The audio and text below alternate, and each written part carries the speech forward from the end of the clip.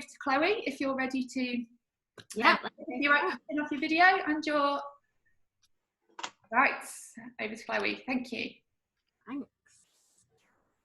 Right, good morning. I'm going to hopefully share my screen now and get to my PowerPoint. Technology's always fun, trying to get it to work, and then I can get going. So I'm hoping everybody can see that. So morning everybody, I'm going to talk to you today about Reciprocal Reader. And just quickly to introduce myself for those I might have missed at the beginning of the conference, I'm Chloe Woodhouse. I'm an assistant head teacher in charge of Key Stage 3 at the Bemrose School in Derby, and I'm also an English teacher, and I also lead on Reciprocal Reader for our whole school. Our school is all through, so we are using Reciprocal Reader from our primary phase all the way through to secondary and post 16, and it is being implemented across subjects as well, so not just English. I'm leading on using it across all different subjects, and it's going really well at the moment, which is good. So obviously any queries or anything you've got afterwards, please tweet questions. My email address is there, as is my Twitter handle if you want to message me, and I've got a little announcement, cheeky announcement to make at the end as well. Okay, so Reciprocal Reader. Now, really quickly, what this is all about are headlines that come up like this, and headlines that we know will be coming up when we go back to school after lockdown around the impact that things will have had on students' reading. So the fact that students have a reading age typically of 13, 14, but need a reading age of 16, 17 to be able to access GCSE texts and their actual exam papers themselves, not just for English. For the maths paper, you need a reading age of 16, 17 to be able to understand before you can either then articulate or demonstrate the math knowledge that you may have. And we know obviously recently a great proportion of our students are learning at home, and they and their parents are doing a brilliant job under very difficult circumstances. But we also know that that gap between word and knowledge, and that gap between the reading ages is only going to widen, and there's going to be a big job for us to do as practitioners when we have our students back in front of us. And we also know we're not going to have an infinite amount of time to work with this. So Reciprocal Reader is a very good strategy that helps you use the time that you do have effectively. So what is it for? It's to develop confidence with dealing with a variety of texts, to help the students get past the words so then they can actually demonstrate their own knowledge and understanding, because often it's the words that's the barrier. And when you actually speak to them then in the classroom and talk to them, they can then go, oh, okay, yeah, so it's this, this, this. But when they're on their own or when they're in the exam, the words are a complete barrier, and it stops them from actually realizing that they can articulate and they do actually know what they're talking about. And why are we doing this? Well, the idea that the more a student reads around a subject, and this is any subject, the more that they can mimic that subject. And the students need to read in all subjects. Okay, that's important. It's not a job just for the English teacher. This is literacy. It's a job for the whole school. It's a job for every single teacher that has students in front of them. And we know that, and sometimes it can get lost in the mix because you've got to do the X, Y, Z, and you've only got a certain amount of time. But I do think it's really, really important. And we've got a particular big push on that in our school this year with our wonderful assistant head of literacy, Lisa Palmer, who's also on Twitter and worth a follow, is doing some brilliant work there. But simply put, when we think about Reciprocal Reader, it lends itself to the idea of metacognition and a metacognitive strategy. And it's about making the learning processes that expert learners and we as experts do implicitly, it's about making them explicit for novices, so for the students in front of us. And it's about making what we take for granted, because we, on the most part, are avid readers, strategies that we would just use as our daily bread and butter, making them explicit for the students in front of us who don't have that repertoire of skills, and that's what we need to develop and build for them. So there are 4 stages to using Reciprocal Reader in the classroom, and these are the 4 stages. It's predict, clarify, question, and summarize. Okay, so there are 4 stages. So to go into them in a little bit more detail, and then what I'm planning to do, if technology works, is actually then demonstrate the 4 stages with a small section of text. So when we think about predict, what are we going to read about in the next section? Okay, so it's about prediction when you start the text, And often we're very good at doing this, and I'll demonstrate with kind of the book cover and things that we'd look at. But also when you look at a section of the text before you go on to the next chapter, it's that constant prediction. And I think sometimes what we do is we predict at the beginning, what does this cover look like? What does the blurb tell you? X, Y, Z. And then we don't do it again, and we don't make any further predictions. And it could just be predictions, again, linking to Chris's just brilliant talk just there about character. What predictions can we make about characters as they say certain things, as they do certain actions? What is that going to tell us about their future actions and their future thoughts and what they will say into the future? Clarify. Which words and phrases do we need to find the meaning of? Okay, so again, in the exam, we're not going to have a dictionary. We're not going to have the teacher whispering in your ear, telling you what things mean. So how can we work things out for ourselves so that is not a barrier for us to demonstrate our subject knowledge? Question. Can we ask questions to help us learn more about the text and develop our knowledge? Think about that inference. Think about what is being implied within the text. And summarize. And I think this section is probably one of the most important sections. What are the main ideas in this section? So what are we actually discussing? What have we learned? And often, especially when there are time constraints, the summarize section can be the section we often overlook because we think we need to move on and we need to quickly go on to the next bit.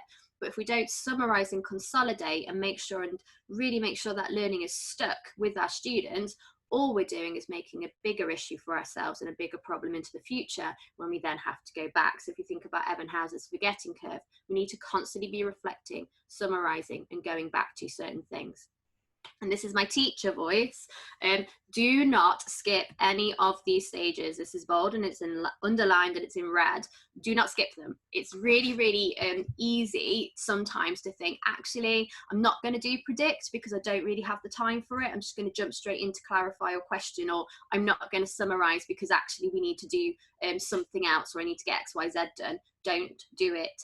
Do not skip any of the stages. You need to keep going through the stages to embed those stages in your students. Otherwise, what you will do is you will embed an incomplete process. And if you embed an incomplete process, then it's not going to be effective into the future for our students. Okay. So moving on then to predict. I did send out a quick little tweet yesterday of the text that I would be looking at. So we're going to look at a very short extract from one of my favorite books, The Handmaid's Tale.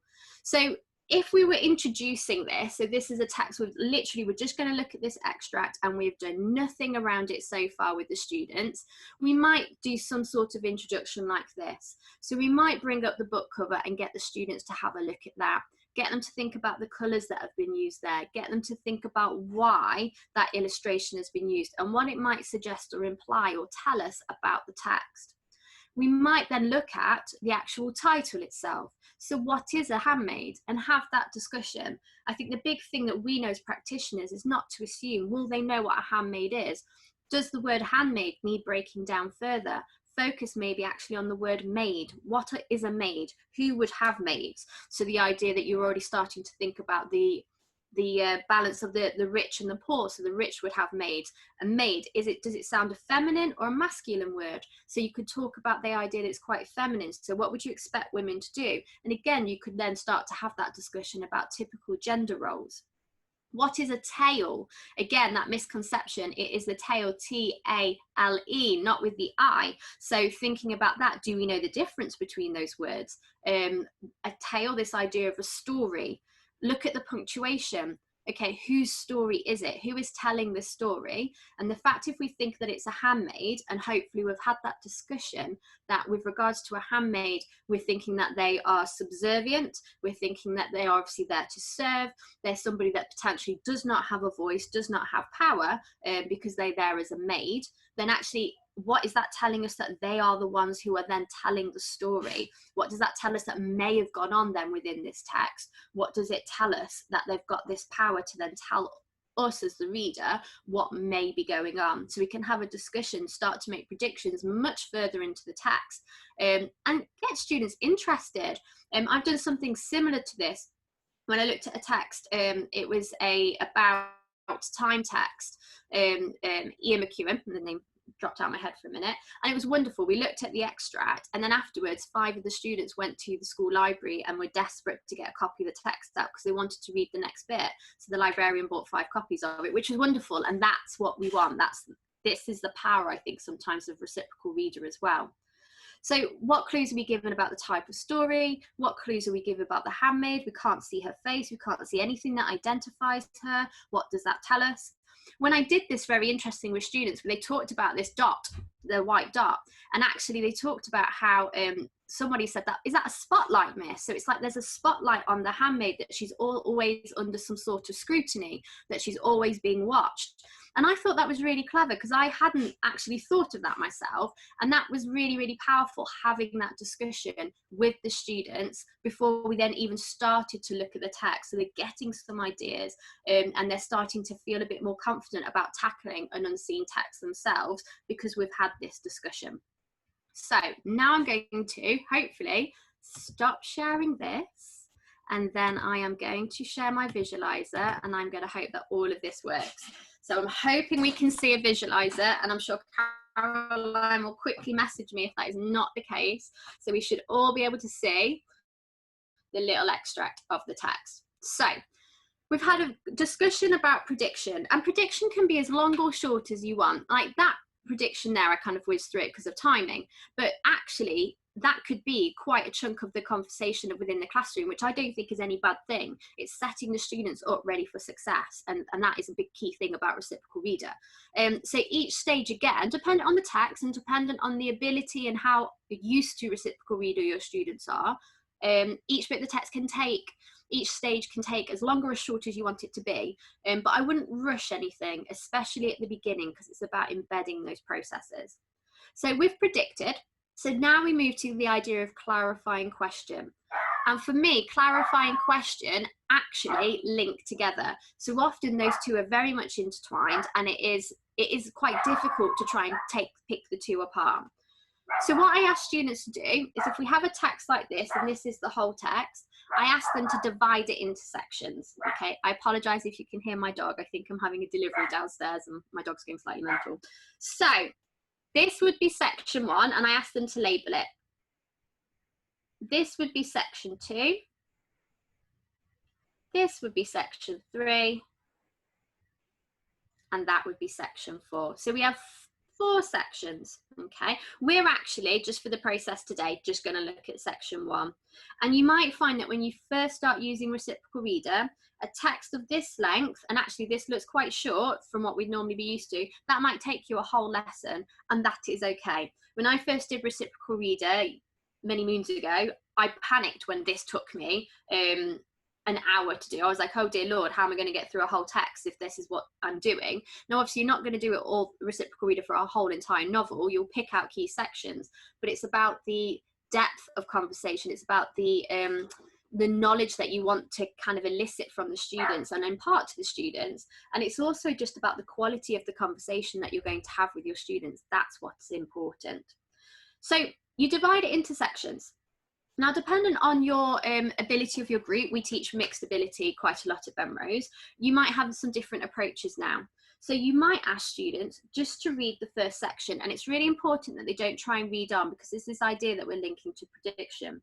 So we're just going to get them to read section 1, and you might ask your class to read it in silence. What I really like doing is getting them to read it in silence and actually watching them read, which sounds a little bit creepy, but it's not meant in a creepy way. I like seeing who follows that with their finger, who mouths the words as they go along, who reads 3 words and then sees a squirrel fall out of a tree and then you've lost them, and who just stares at it, and because they've kept their head down and you know they're staring at it, they're hoping that you think that they're reading, but they're not reading, they're just staring at the paper.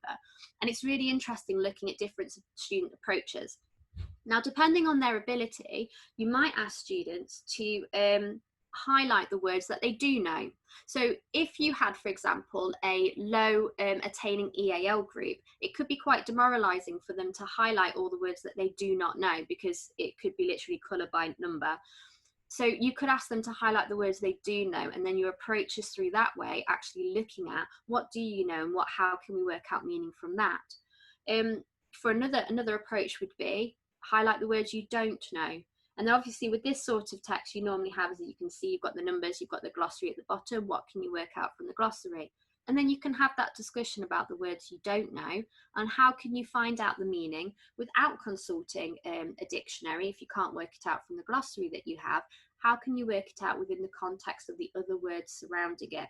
And I think that's a really important skill that Reciprocal Reader lends itself to, because that's going to be what students need to do in the exam. It's all unseen. We need to be able to prepare students to try and tackle unseen as best as they can. So I'm just going to read the first section to you because I can't watch you all reading at home, as interesting as that would be. So I'm going to read the first section to you, and I'm going to approach this as if I'm going to highlight the words that I might not know. Okay, so I'm going to look at it, the words that I might not know.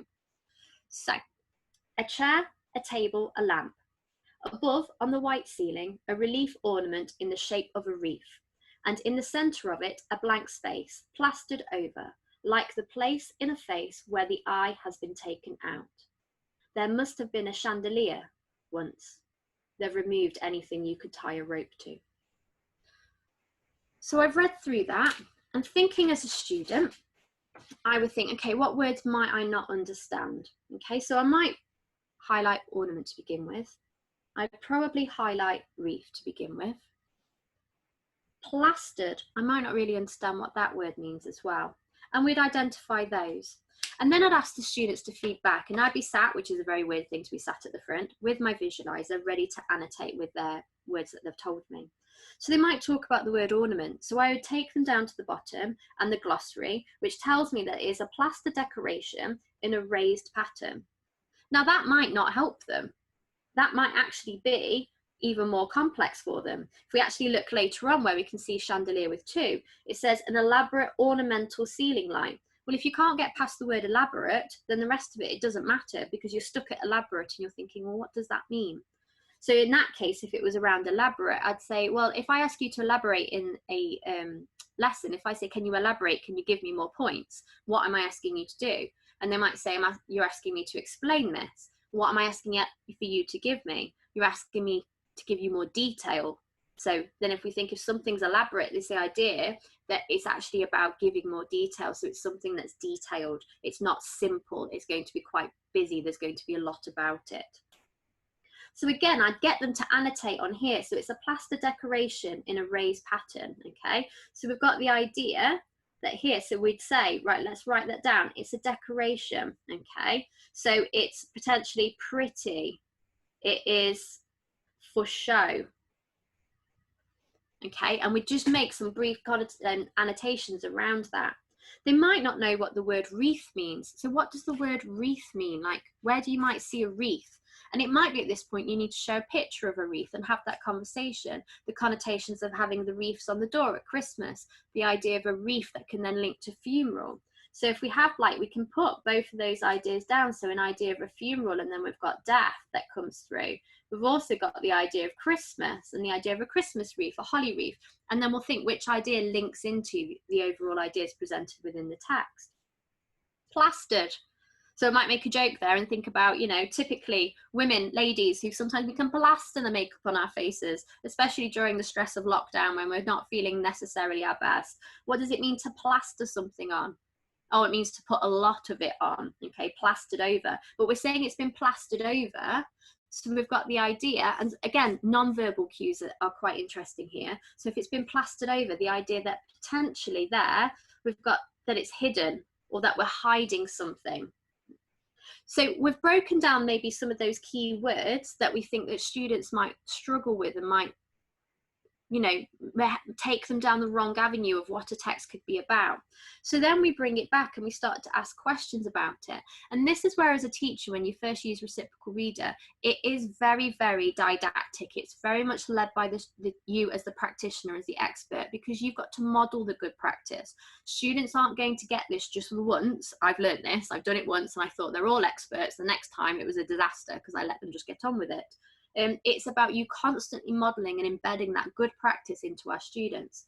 So we start to ask questions now of the text, and we are just focusing on this first bit. So what's our initial impression?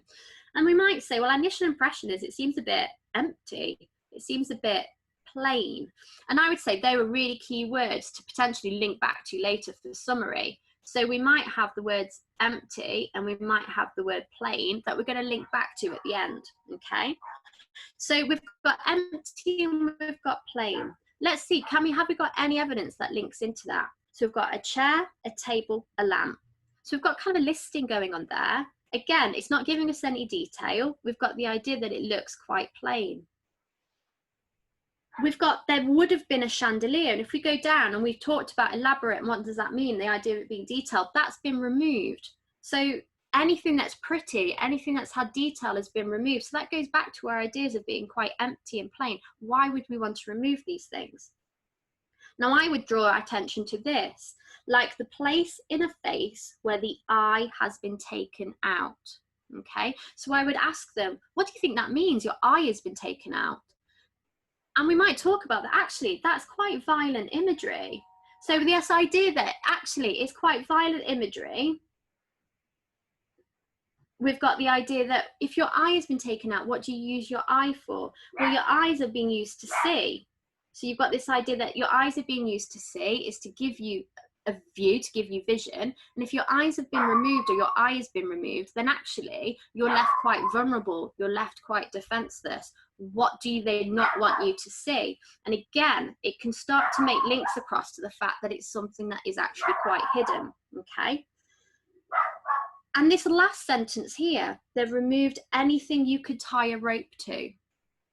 Now, obviously, there's a lot of implied meaning there, but that can be completely missed by our students. The fact that actually they might completely miss what is being implied here. So I might say to them, why would you want to tie a rope in a room? What is that about? Like, why would you want to pull something? What are you wanting to do? And hopefully that will then lead to this idea, this discussion, that actually it's about removing anything that you could actually use to commit suicide with. Well, why would you want to commit suicide? So then it starts to imply straight away, and especially with that violent imagery there, this might not be a happy place to be. This might not be somewhere that you would choose to be. So actually, they've removed anything you can tie a rope to. We talk about the implication here. The idea of suicide can then can come into this bit here. And what I also think is interesting within this bit as well is getting the students to think about that contrast. Think about the beginning, a chair, a table, a lamp. The idea that we've said it's quite plain, it's quite basic, but actually, why are we listing these things? Why are we listing the fact there's a chair, there's a table, there's a lamp? And we're listing them maybe to actually show and get the students to think about how empty the room is. If your eye has been removed, then your vision has been removed. And if this is a very empty room, then the idea that this implication here, that actually it might not be a place you want to be in and you might want to remove yourself from it, then becomes more apparent. And a nice thing to then do, so that's the question and clarify stage kind of being discussed there, and there'll be lots and lots of annotation going on. And then I like to, as part of my summary, to do sometimes a couple of things. In this first section then, let's go back to it. What have we learned? Can you put one bullet point, either, around the text? What have you learned in section 1? Or can you summarize it, maybe using keywords? What do you think are the most important 2 to 3 keywords within section 1? Or even, can you actually create your own 2 words? So for example, the 2 words they would have come up with, empty and plain, are they the 2 words that we use to summarize section 1? So section 1 is empty and plain. We might pull out anything you can tie a rope to is a phrase that we think is important. Well, then from that first section, what do you think section 2 is going to be about? Okay, this bit here. What more do you think we might learn about the room? And having that discussion with students as well, okay, that links them through. So the idea of maybe we find out why this person is in this room. Who are they? What else is in this room? We might find that information out. And again, it's just getting the students to constantly think, and it links to the writer's intentions. Why are they doing this? What are they wanting us to think about? Why take the eye out? Why have that imagery? What is Atwood wanting us to think about at that moment in time? Because she's not just used that flippantly, she's used that for a specific reason. And it's getting them to, students to think about the writer's intentions and looking at that deep meaning that might be lost without that questioning, without that expert modelling being used. So I'm going to hopefully stop sharing there and then go back to, if technology is going to be my friend, my PowerPoint. And then, oh, made my PowerPoint small and everything keeps moving around. Right, okay, so hopefully, just going back, that's kind of taking you through, it's very, very whistle stop quick, predict, clarify, question, and then that idea of summarize of what you do at the end. Now, it's no bad thing for a text like that to take an entire lesson, because it is about the quality and it is about embedding that practice and that's those strategies with our students, and it does get quicker. So worry not that as the students get used to it and as they know what they need to do, the process does speed up, but you still don't lose the lack of detail, you don't lose the depth and the quality of the conversations that you can have with our students, which is really important. So here's just some examples of how we've used it within different subjects as well. So here we've got an example within maths that they first started. So we've got the question at the beginning, and then we've got the idea of predict, clarify. They've gone for solve instead of question, and then summary around the end. And that's worked really, really well within our maths department of actually using Reciprocal Reader. Again, this was another example of where this was quite wordy. So the first example is actually what they've moved to now, to try and streamline in the sense of what exactly they want the students to do, but also get them to really focus on the words that are actually being used in the specific maths question for them. And here's some examples from English as well. So one of the things we've moved to as a department, that Gary Ellis, who's now the head of department, has taken on, is actually making sure that we have the text annotated and provided. So within a department of 13, I've asked the department to go away and annotate one text each, bring those texts back. So you do one text, but you receive 12 texts back. So this idea of actually spreading the workload and making it effective and developing skill sets of all teachers is really important. So you have the scanned annotated text that you can use and refer to within your own lessons. And we've also tried to think about the etymology and developing that tier 2 vocabulary as well, and identifying 5 key words within a text, the definition and the etymology of those words, so we can have those discussions, which are really interesting for our students and for them to think about. And because our school is wonderfully multicultural, having that discussion about where all the different words come from, what words can mean in their culture and in their countries as well, which is brilliant to have with your students, and just makes education and just teaching them that little bit more enriching for you and for them. So often when I kind of talked about this and led this at school and led this across subjects, we had that it doesn't apply to my subject, I'm not an English teacher. Well, it's about all of us explicitly teaching metacognitive strategies, Reciprocal Reader being one of them. As I've already said, we're all teachers of literacy. This idea that I was trying to get some subjects to think about, instead of verbally introducing a topic, can your students read about it, get them to actually give them a text, use Reciprocal Reader to introduce rather than you just go, today we're going to look at. And as I've mentioned before, the more you read around a subject, the more you can mimic that subject. So thinking like a scientist, read like a scientist, thinking like a mathematician, read like a mathematician, that idea of getting them to read around different subjects. Other things that would be interesting for you to read about as well, if you've not read the EEF Metacognition Guidance Report, it is a really interesting report to read and to look at. And there's a 7-step model used within there for explicitly teaching metacognitive strategies.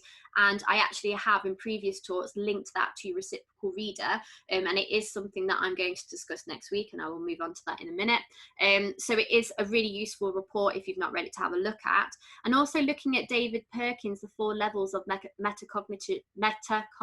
oh my gosh, my words are going all skew-whiffed, and looking at that is really important as well. And again, those 4 levels link perfectly to Reciprocal Reader, and help you kind of understand why Reciprocal Reader can be a really, really powerful tool to use in the classroom, not just for your English lessons, but across all.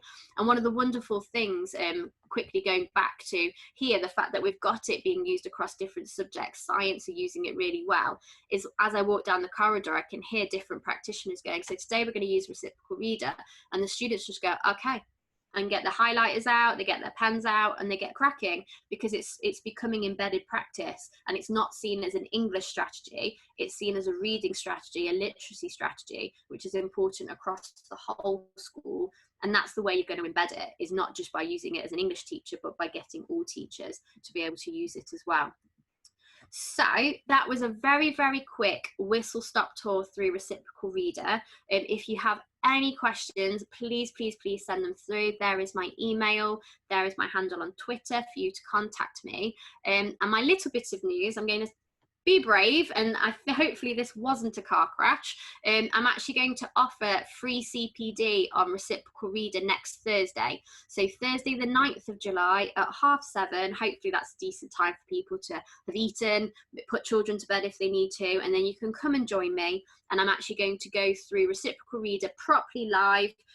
So not that I didn't do it properly this time, I did, but slower potentially, go through it, answer questions. I can also talk to you about how I've led it across my whole school, how I've embedded it across other subjects, and also share some of the excellent success we've had. So for example, I've established an SLT reading group, and we've managed to, well, through the SLT reading group and their brilliant work, we've seen success of student reading ages going up by 3 years just in one term. So it shows you that Reciprocal Reader does really work, and I'm very, very lucky to work with brilliant people who have allowed me to badger them about Reciprocal Reader, and have allowed me to just come into their classrooms and see it, and offer advice and steal their brilliant ideas as well. So hopefully this has been of use for you, and if you would like to join me next Thursday, I look forward to seeing you there. So I'm going to stop sharing now and hand back to you, Caroline.